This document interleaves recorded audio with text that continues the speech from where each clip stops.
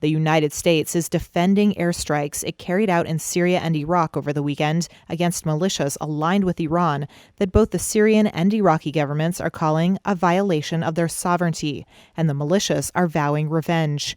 The U.S. military said it targeted operational and weapons storage facilities at 2 locations in response to drone attacks by the group against U.S. personnel and facilities. U.S. Secretary of State Antony Blinken spoke to reporters in Rome on Monday.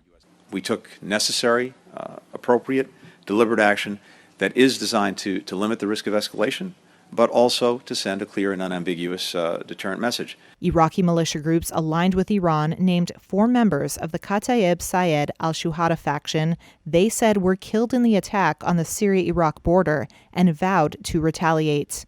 Iraq's government condemned the strikes against Iran-aligned fighters and said it would study all legal options to prevent such action from being repeated. Iran called on the U.S. to avoid creating crisis in the region. It was the second time this year President Joe Biden had ordered retaliatory strikes against Iran-backed militia. 2 anonymous U.S. officials told Reuters Iran-backed militias carried out at least 5 drone attacks against facilities used by the United States and coalition personnel in Iraq since April. The strikes come at a sensitive time between Washington and Tehran.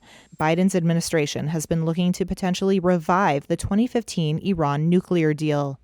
White House Press Secretary Jen Psaki. Certainly, we want to look to build the Iran deal beyond what it was in the past. We've been very clear about that, and that's part of the discussions and negotiations. And the next step would be the 7th round of discussions and negotiations. But I would say that as it relates to responding to attacks on our men and women serving, or threats, I should say, to our facilities that are in the region, that we don't see that on the same exact track. Biden's critics say Iran cannot be trusted and point to the drone attacks as further evidence that Iran and its proxies will never accept a U.S. military presence in Iraq or Syria.